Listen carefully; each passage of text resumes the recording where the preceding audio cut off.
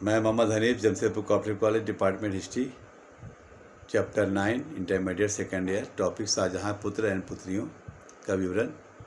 Francis Bernier ने शाहजहाँ के पुत्र एवं पुत्रियों का आचार व्यवहार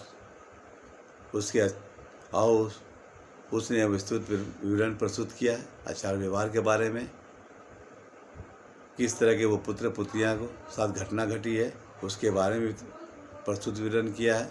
उसने शाहजहाँ के ज्येष्ठ पुत्र दारा शिकोह के बारे में लिखा है कि दारा अत्यंत उदार था और जो है उसमें कई अच्छे गुण भी थे, परंतु इस बात का गुरूर था कि वो अपने दिमाग के प्रत्येक कार्य को संपन्न करता था और जो है वो रुखाई तौर पर रुखाई से पेश आता था।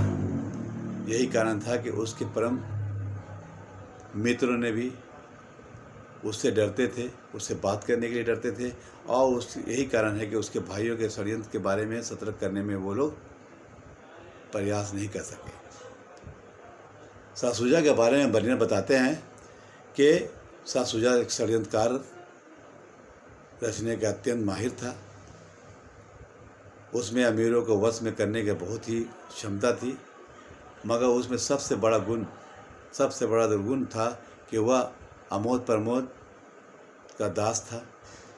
औरंगजेब के बारे में बर्नियर बताते हैं कि उसमें दारा के समान विशिष्टता एवं भद्रतापूर्ण व्यवहार का अभाव था, मगर उसमें अपने निर्णय लेने में बहुत ही माहिर था।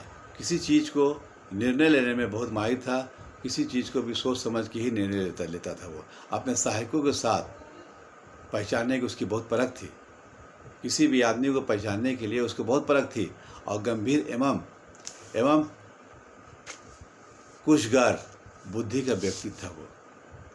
वो बहुत इंटेलिजेंट था, बुद्धिमान था। वो अपने विचारों के एवं योजनाओं के गुप्त रखने के अत्यंत माहिर था।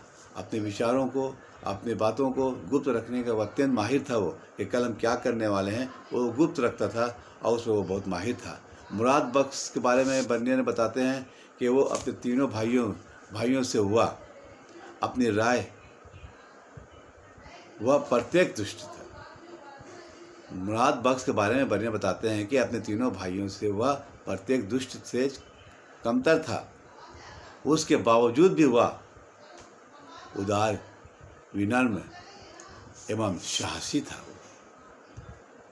तो मात्र सजादों के ही नहीं, मात्र सजादों ही के बारे में बर्नियर ने नहीं बताया, बल्कि मुग़ल सजादियों के बारे में अपनी राय प्रस्तुत किया उसने। और वो बताया है कि सजादी जहांआरा के प्रति शाहजहाँ का अत्यधिक अनुराग था। यह वह भी बताता है कि शहजादियों के विवाह हिंदुस्तान में के विरले ही होता था। इसी कारण